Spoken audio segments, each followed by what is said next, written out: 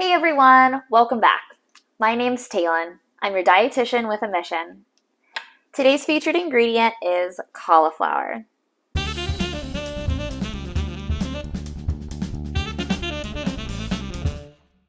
Our recipe is very popular. You've heard about it, you've probably eaten it, but have you made it? We are making cauliflower pizza crust. Our mise en place just includes a few simple ingredients. You'll need 1 2-pound cauliflower.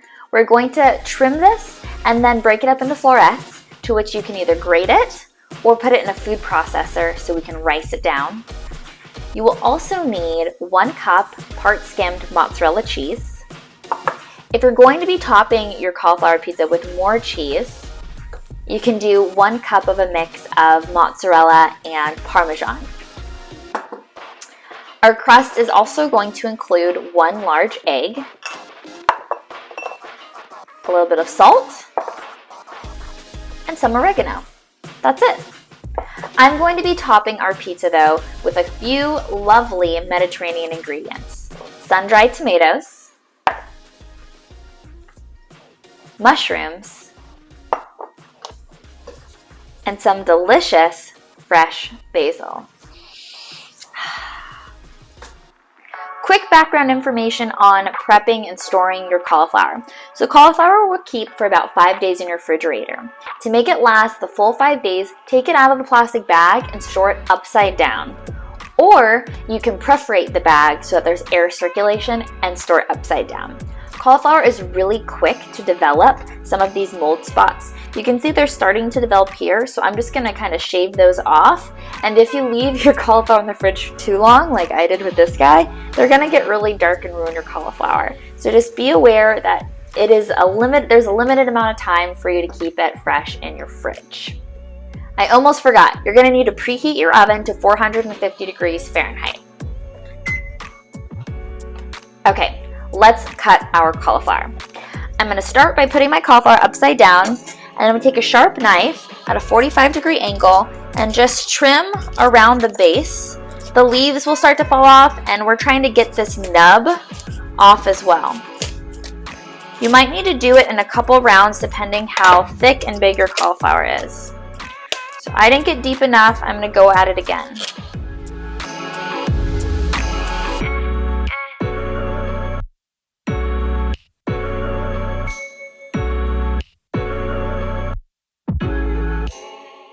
There we are. You can dispose of that in your compost. Let me just trim off some of these browning pieces. Now we're going to cut our cauliflower into smaller pieces. If you're going to be using a box grater like this to rice your cauliflower, make sure the pieces aren't too small because it'll be really hard to grate. Otherwise, if you're going to be using a food processor, they're going to need to be small enough to fit inside the top of the food processor opening. My microphone died here. All I'm explaining is that if you don't have a food processor, you can grate your cauliflower, and it takes about 5 minutes to grate the whole thing. It should look pretty small and riced. Otherwise, put your florets in your food processor. This is what our riced cauliflower looks like. Go ahead and get a non-stick skillet and place it on medium-high heat. You're gonna heat up 1 tablespoon of olive oil, add your cauliflower and a 1/4 teaspoon of salt, and cook that down until the cauliflower softens. Be careful not to brown it. It's gonna give it a totally different texture and color and flavor if you do. You can drop a nugget of your cauliflower into the olive oil and the skillet, and if you hear a sizzle, that means it's ready. No sizzle yet, so I'm gonna wait for this to heat up. Okay, our skillet is nice and hot. Add your cauliflower. Give it a nice mix. Probably helps if you can hear me. Add your cauliflower, give it a nice mix, and then add a 1/4 teaspoon of salt. Cauliflower does not have much sodium naturally, So you do not need to be afraid about adding some salt to it. It's gonna give it a flavor. Now our cauliflower has finished cooking. It's been 8 to 10 minutes. It's called sweating out your vegetables. All we were trying to do was remove some of the water from the cauliflower so that our crust didn't get too soggy. I'll turn off my heat and carefully transport my cauliflower pieces into a bowl to cool off.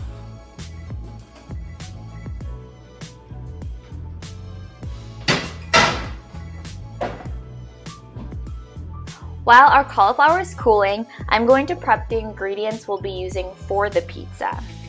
I just got 3 medium-sized cremini mushrooms. I'm gonna slice them nice and thin, and they'll lay on top of our pizza beautifully. You can, of course, use any vegetable that you'd like. A lot of people like peppers or onions or olives. I know there's a couple of you pineapple, Canadian bacon things. My dog would appreciate pepperoni. Wouldn't you, Kaiser? Now I've got my fresh basil. You want to beat it, it will release the effervescent smell or aroma. And I'll pluck off a few leaves from the stem. You can decide to keep them whole and just place them on your pizza, or you can bunch them up in a little pile and cut them into ribbons. That will look quite beautiful as well. And I already have my sun-dried tomatoes ready to go. I'm using oil packed. I find that they're much more soft for our pizza. If we just put the dried ones on the pizza, they're gonna be a bit hard and chewy like a raisin. Once your cauliflower has cooled, you can add in your cup of mozzarella cheese. We're gonna take this egg, crack it, scramble it, and fold it into our cauliflower.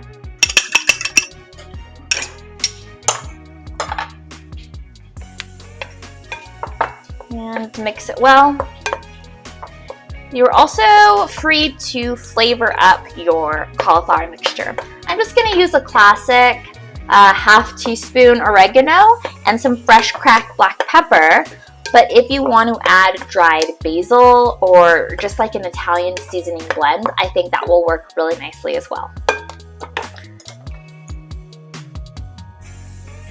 I like fresh cracked black pepper. Give it another mix. Okay, and if it's cool enough to handle, you can take your cauliflower, put it on some parchment paper that's lining a rimless baking sheet, press down evenly, creating a 10-inch pizza crust, and pop that into the oven. I'll show you.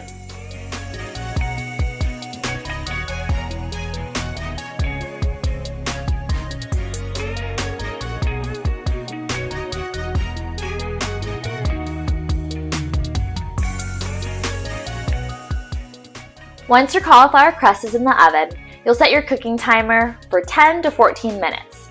I'm gonna set mine for 12.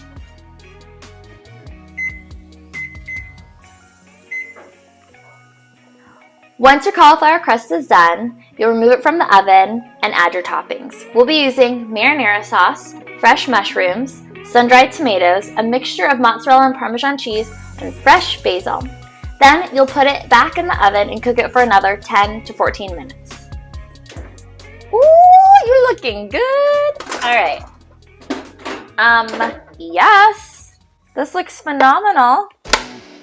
Let's add our toppings.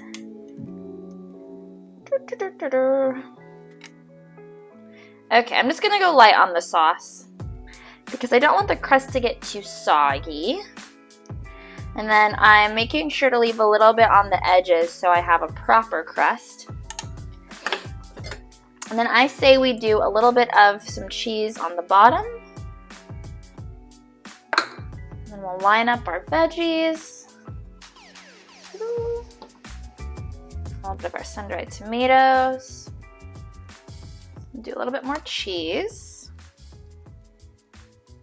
And the basil.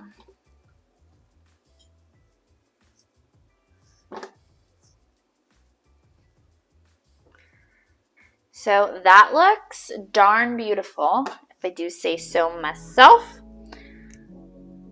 Now we're just going to put it back in for another 10 to 14 minutes. I don't know, my edges look pretty brown already, so I'm going to stay on the like 10-minute side for sure.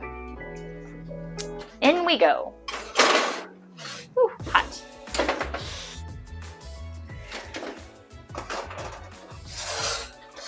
Wow. Cheese is melted. Everything is browned. Oh my gosh, that looks so good.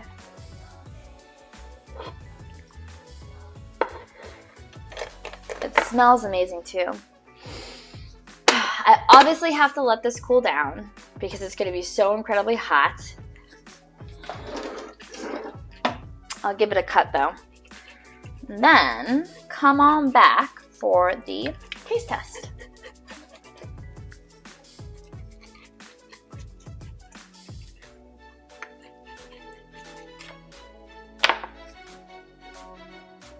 Ooh, look at that cheesy goodness. Yum.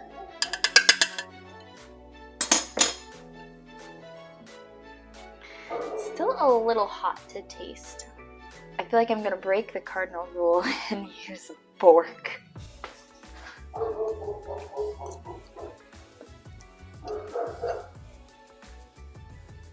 Ooh, sun-dried tomato.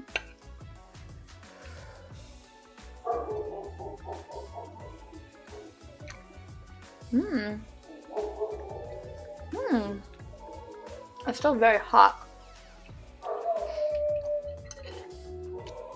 Can you hear my dog in the background? He's excited about this pizza too. So good. I can't wait for you to give this a try. I hope you enjoy. Thanks, and join us back soon.